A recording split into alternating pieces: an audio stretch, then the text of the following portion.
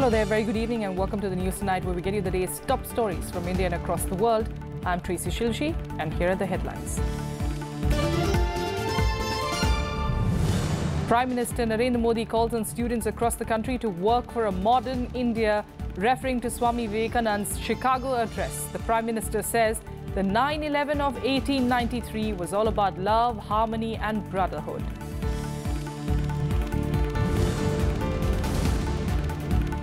Home Minister Rajnath Singh says the situation in Kashmir Valley has improved significantly. Informs that security forces have been told to avoid the use of excessive force while dealing with law and order problems. Supreme Court issues notices to Gurugram School and the government over the murder of a 7-year-old student. 2 school officials are arrested and the acting principal detained for questioning.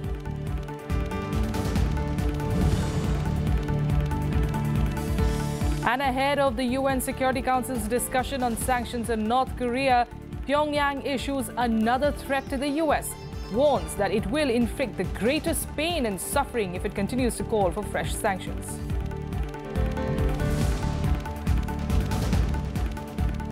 Top story this evening, Prime Minister Modi on Monday addressed the Students' Convention to mark the 125th anniversary of Swami Vivekananda's Chicago address and BJP ideologue Deen Dayal Upadhyay's centenary celebrations.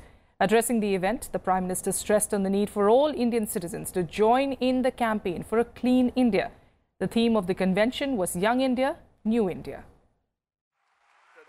Prime Minister Narendra Modi on Monday expressed hope that youth power will steer the nation towards job creation, cleanliness and social change. Speaking at the Vigyan Bhavan in New Delhi, he urged students to focus on cleanliness while campaigning for university elections. The Prime Minister also said that those who clean roads have the first right to chant Vande Mataram. 50 बार सोच लीजिए, क्या हमें वंदे मातरम कहने का हक है क्या? हम वो लोग पान खा करके उस भारत मां पर पिचकारी मारे और फिर वंदे मातरम बोले?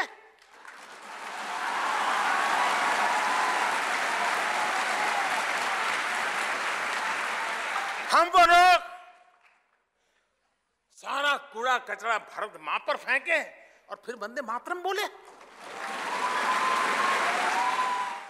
Referring to Swami Vivekananda's Chicago address as 9/11, the Prime Minister said the day entered public imagination after the 2001 terror attack in the US, but there was another 9/11 in 1893 that was all about love, harmony and brotherhood. विश्व को 2001 से पहले ये पता ही नहीं था कि 9/11 का महत्व है। दोष दुनिया का नहीं था, दोष हमारा था कि हमने ही उसे भुला दिया था। और अगर हम न भुला देते तो शायद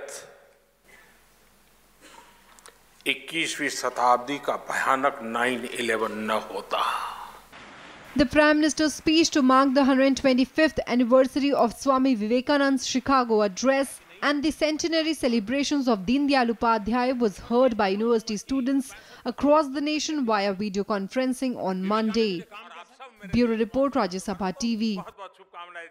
In other news, Home Minister Rajnath Singh has once again appealed to Kashmiris to stay away from stone pelting. He also instructed the security officials to avoid using excessive force while dealing with law and order problems in the valley. Singh, who is on a 4-day visit to Jammu and Kashmir, also said that the situation in the valley is improving. On the 4th and final day of his Jammu and Kashmir visit, Home Minister Rajnath Singh said that the situation in the valley has improved significantly over the past year. Singh said that the permanent solution to the Kashmir issue is based on 5 C's: compassion, communication, coexistence, confidence building and consistency. हालात दिनों दिन बेहतर हो रहे हैं। मैं यह दावा नहीं करना चाहता कि पूरी तरह से ठीक हैं, लेकिन हालात पहले से बेहतर हो रहे हैं, यह मैं विश्वास के साथ कह सकता हूं। Responding to the question whether the government was ready to hold talks with separatists, Rajnath Singh said that he was open for talks with anyone who wants to resolve the Kashmir issue and that the government does not want to leave out any stakeholders. यहां आने के बाद civil society के बहुत सारे delegation से जहां हमारी बातचीत हुई है, उसमें नॉन पॉलिटिकल ऑर्गेनाइजेशन से वो भी मिले हैं, स्टूडेंट्स भी मिले हैं, टीचर्स भी मिले हैं, मेजर पॉलिटिकल पार्टीज के लीडर्स भी मिले हैं, सभी के साथ हमारी बातचीत हुई है। Singh also said that the security forces have been instructed to avoid use of excessive force while dealing with law and order problems in the valley. जो छोटे बच्चे हैं, below 18, इनमें से बहुत सारे ऐसे बच्चे होंगे जिन्होंने कि किसी के बहकावे में आकर पहली बार कोई क्राइम किया होगा, कोई गुस्ताखी की होगी, कोई गलती की होगी।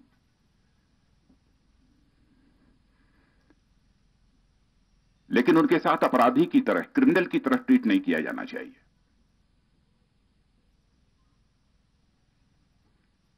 जो भी कार्रवाई करनी है जुवेनाइल एक्ट के तहत ही होनी चाहिए। दहशतगर्दों ने कश्मीर की कई पीढ़ियों को बर्बाद किया है, दहशतगर्दी के कारण बर्बाद किया है, और यकीनन हम एक और पीढ़ी की जिंदगी को किसी भी सूरत में खराब नहीं होने देंगे। In the last 3 days of his visit, Singh met civil society members, business leaders and interacted with police jawans, CRPF and BSF personnel in the state. Singh also held meetings with Chief Minister Mehbooba Mufti and National Conference leader Omar Abdullah. Bureau Report, Rajya Sabha TV. 2 unidentified militants were killed in an encounter with security forces in Kulgam district of Jammu and Kashmir today. Security forces launched a cordon and search operation in Kudwani area of Kulgam district and following specific information about the presence of some militants there. During searches, the militants opened fire on security forces who retaliated, leading to a gunfight. 2 militants were killed in the encounter. This comes a day after security forces killed 2 local Hizbul Mujahideen militants in an overnight encounter in Shopian on Sunday. A 3rd militant surrendered. Now to the national capital, and the Supreme Court has issued notices to the central government, CBI, Haryana government and the CBSE after a 7-year-old boy was murdered in a toilet in Gurugram's Ryan International School. Both the central and state governments have assured the parents of fair probe. So far, 2 top school officials have been arrested and an SIT has been formed to investigate the matter. After countrywide rage over the killing of a 7-year-old Pradyuman Thakur inside Gurugram's Ryan International School, the Supreme Court on Monday has issued notices to the central government, the CBI, Haryana government and the CBSE.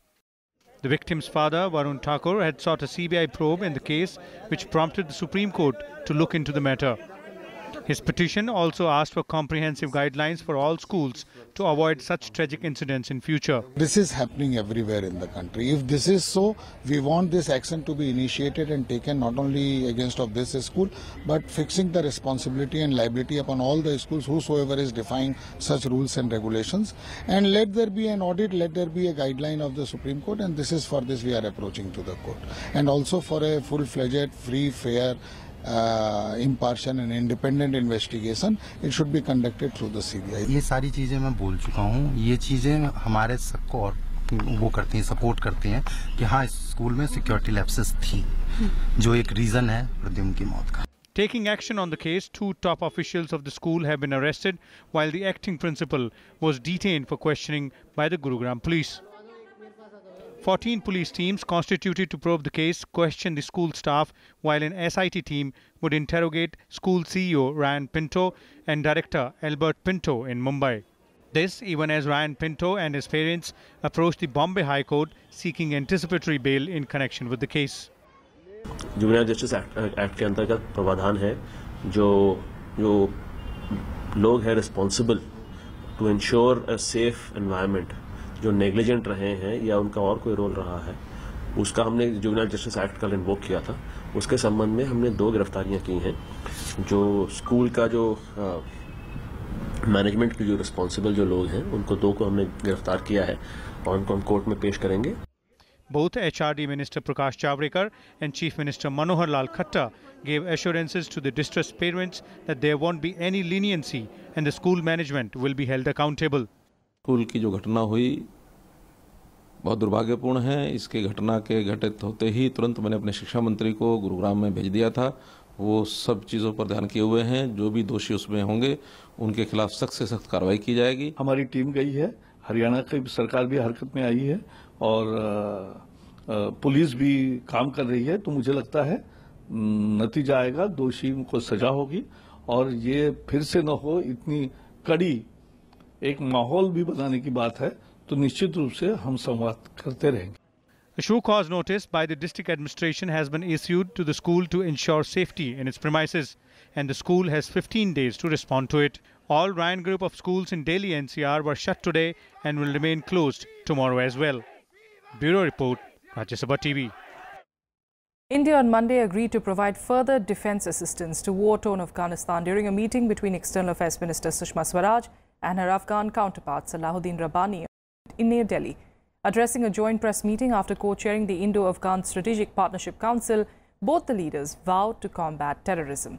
The Afghan leader noted that India and Afghanistan were victims of terrorism and violent extremism. Both the countries inked 4 pacts, including the Motor Vehicles Agreement, and discussed measures for enhancing trade and investment cooperation. Afghanistan also pitched for India's permanent membership at the UN Security Council. Salahuddin Rabbani then later met Prime Minister Modi and discussed bilateral relations. We remain united in overcoming the challenges posed by cross-border terrorism and safe havens and sanctuaries to both our countries. We will extend all possible assistance and begin implementation of the near 500 scholarship programs for the next of kin of the martyrs of Afghan National Defence and Security Forces from academic year 2018. We thank India for our continued security cooperation. Afghanistan remains the frontline state in the fight against terrorism, and the enabling environment for terrorism is directly linked to the continued support they receive from outside of Afghanistan. BJP President Amit Shah is on a 3-day visit to Kolkata to expand the party's base in West Bengal.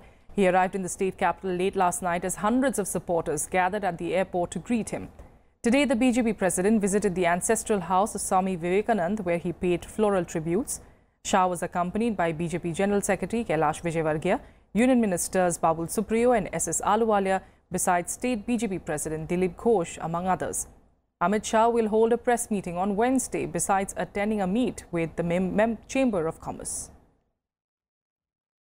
Our President is repeatedly visiting West Bengal to boost the enthusiasm of our cadre and to spread the message of BJP to one and all in the Trinamool Congress-dominated West Bengal. The misrule and the dictatorial regime of Mamata Banerjee should end, and all our efforts will be towards that.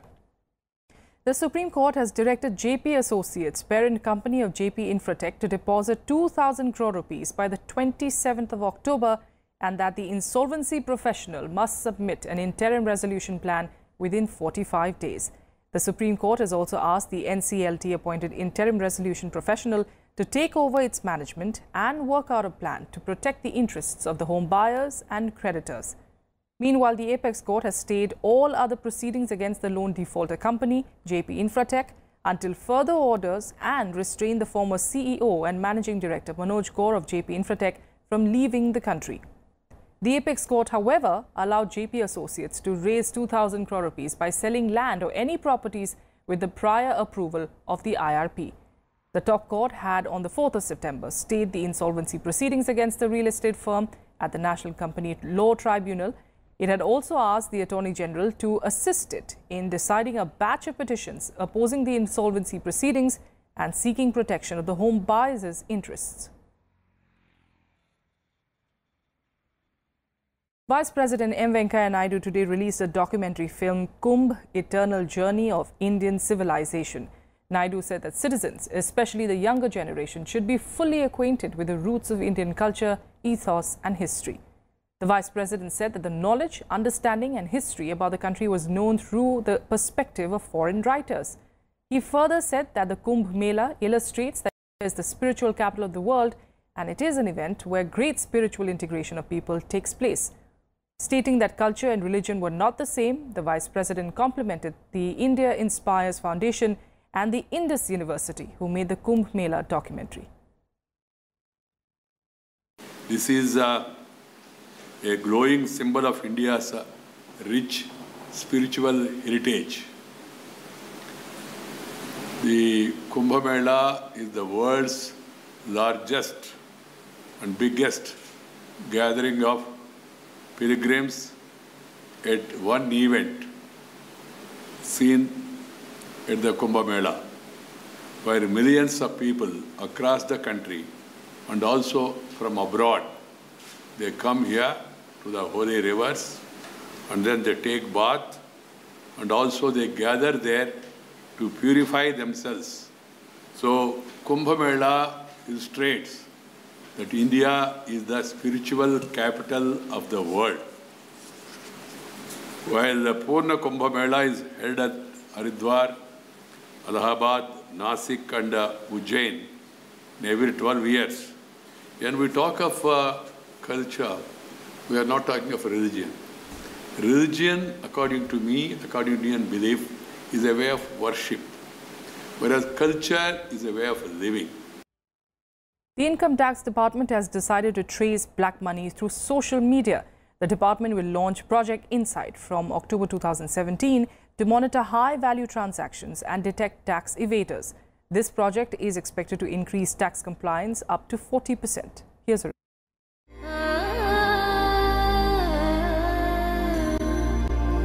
Are you one of those who posts pictures of a luxurious lifestyle, lavish cars and holidays on Facebook and Instagram? It could land you in trouble if you're also avoiding filing taxes or understating your tax liability. That's because the Income Tax Department is launching Project Insight next month. One of its jobs will be to scour social media posts and investigate mismatches between spending patterns and income declarations. Linking of PAN and Aadhaar will also enable the government to get a 360-degree view of a person's income and assets. They have got a software. On the basis of the software, they will try to first analyze the data because there's so much data in the social media. It's not only expenditure or the expensive purchases. There are so many other things. Now they have to narrow it down to certain expenditure which are meant for them, and then to correlate such with the profile of the person who has been filing the tax returns. The IT department will set up new compliance management centralized processing center to handle preliminary verification, generation of bulk notices and follow-up. The project, costing about 1,000 crore rupees, has been built over 7 years. Countries like Belgium, Canada and Australia are already using such data to unearth tax evasion. India currently has just 24.4 lakh taxpayers who have declared an annual income of over 10 lakh rupees. Yet for the last 5 years, 25 lakh new cars, including 35,000 luxury cars, are bought every year. In a country of more than 125 crore people, just about 3.5 crore are in the income tax net. Only 3.3% of the population pays tax in India, compared to 39% in Singapore, 46% in the US and 75% in New Zealand. Project Insight is expected to play a key role in widening the tax base and data mining to track evaders. Kriti Mishra's report for Rajya Sabha TV. And here are more updates from across the country in Nationwide. The policy planning group of the Congress, led by former Prime Minister Manmohan Singh, reached Jammu on a 2-day visit to study the ground security situation. The group, that includes former Union Ministers P. Chidambaram, Ghulam Nabi Azad and Ambika Soni, will also meet senior party leaders, including MLAs and MLCs. It will then visit Kashmir Valley and Ladakh region on the 16th and 17th of September. Congress Vice President Rahul Gandhi left for the US last night. He will interact with global thinkers, political leaders and overseas Indians on international, economic and technology issues during his visit. The 2-week trip begins with an address at the University of California at Berkeley on the topic India at 70, Reflections on the Path Forward. Rahul Gandhi will also interact with students of UC Berkeley on Tuesday. The Supreme Court today issued a notice to the Election Commission on a petition seeking the disqualification of Bihar Chief Minister Nitish Kumar. The petitioner had alleged that the JDU chief's election affidavit did not disclose an FIR against him in a murder case. The petition filed by Delhi lawyer ML Sharma demanded that the Bihar CM be disqualified as a legislator for allegedly hiding his criminal record. Meanwhile, the Supreme Court was also informed that 7 MPs and 98 MLAs are being probed for substantial increases in their assets. The Central Board of Direct Taxes told the court that the names will be submitted to the Supreme Court in a sealed cover on Tuesday. The CBDT also said that the Income Tax Department had conducted preliminary investigations into their assets. International news now, and as the UN Security Council prepares to meet late on Monday to discuss sanctions on North Korea, Pyongyang has gone ahead and issued another threat to the US. North Korea said that it will inflict the greatest pain and suffering on America if it continues to call for fresh sanctions. These sanctions would be a response to the North's 6 nuclear tests last week. The United States has reportedly watered down its sanctions resolution against North Korea in the hope that it would win it the support of China and Russia. Both countries are permanent members of the UN Security Council and are yet to offer the US their support against North Korea. The US is reported to have dropped the Kim Jong-un asset freeze clause from the revised draft resolution, while also tuning down the oil embargo, replacing it with a proposal to gradually reduce oil exports. We have been clear in close consultations with the Americans that oil has to be included as an element of sanctions. Would that be complete halt to the shipment of oil into North Korea? Would it be a reduction, or would it reach some kind of a level of reduction? That all is a matter of discussion between the council members. I do believe that the whatever makes into the final text and adopted by consensus, hopefully, will have significant consequences in terms of greater economic pressure on North Korea. Other concessions include softening proposed restrictions on North Koreans working overseas and enforcing inspections of ships suspected of carrying cargo banned under previous UN sanctions. A proposed ban on North Korean textile exports, however, remains in place. Others would say there are still many more ways, many other tools remaining to put further pressure on the North Korean economy. But the negotiations on the current resolution has specifically focused on those areas that will have a significant impact on economic pressure. Meanwhile, Japanese Prime Minister Shinzo Abe has justified increasing the involvement of Japan's military in regional security, saying Japan must confront the realities of the security environment it faces. 厳しさを増す我が国の安全保障環境を前に、我々は目の前の現実に真正面から向き合わねばなりません。限定的な手段的自衛権の行使を含む平和安全法制を制定。 These reactions come in the wake of what is believed to be North Korea's 6th and biggest nuclear test last Sunday. Pyongyang claims it tested a hydrogen bomb that can be loaded onto an intercontinental missile. Bureau Report, Rajya Sabha TV. And now to the U.S., where powerful winds from Hurricane Irma whipped, in fact, through southwest Florida on Sunday, downing power lines and leaving a trail of debris behind. Irma is continuing to lash Florida as it moves north of Tampa, but is losing strength and set to be downgraded to a tropical storm. Here are more details. But it's really pretty dangerous outside, to be honest with you. Nobody should be out. Nobody. That right there is Biscayne Bay, and all of this water is covering my block. That's the voice of Veronica Fernandez, one of the millions affected by Hurricane Irma. Fernandez said that the local residents had not seen a storm so powerful since Hurricane Andrew 25 years ago. Over 150,000 people in Florida were reported to be in shelters, and up to 3 million people are without power in the state. Irma's assault, so soon after Harvey's deluge of Houston, marked the first time the U.S. was hit by 2 Category 4 storms in the same year.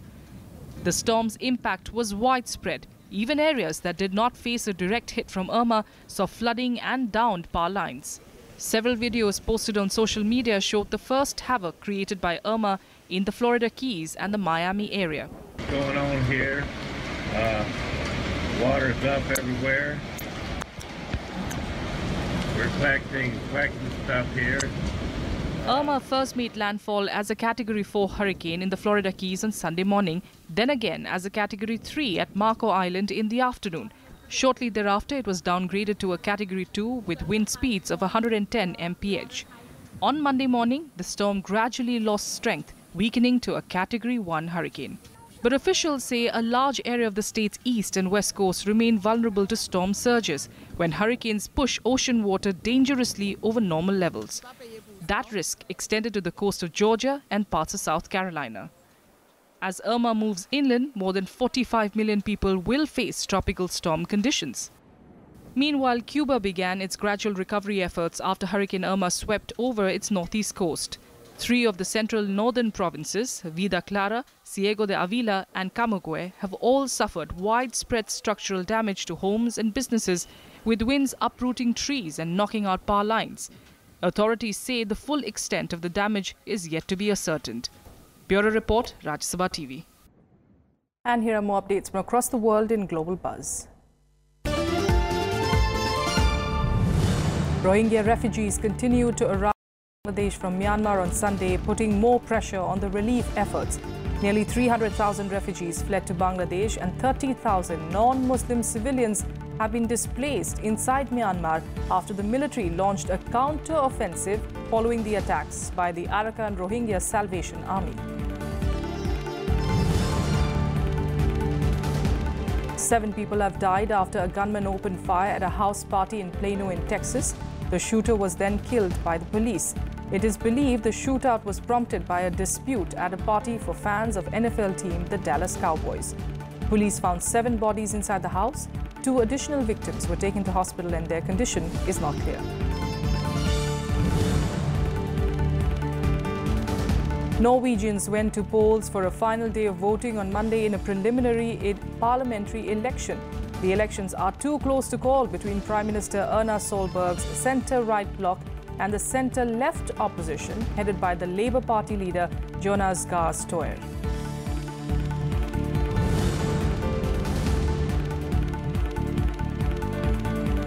Six people died and 2 were missing in the Tucson city of Livorno on Sunday after heavy rains hit the city and caused floods in the region as well. We'll continue tracking all those international stories, but at the moment, let's get you all the updates from the world of sports in Sports Beat.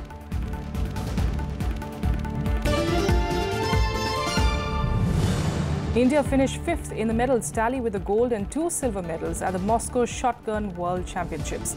Only 16 of the 76 participating nations got medals, and Italy topped the tally with 9 gold medals.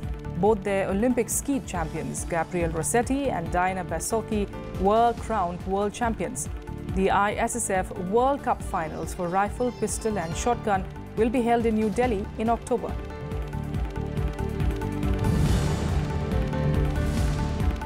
Rafael Nadal beat Kevin Anderson 6-3, 6-3, 6-4 to win the US Open on Sunday. This was Nadal's second Grand Slam title of the season and the 16th of his career. Nadal kept South African Anderson under constant pressure and did not face a single breakpoint. It was Anderson's first Grand Slam final, but he was unable to shake Nadal's forceful play.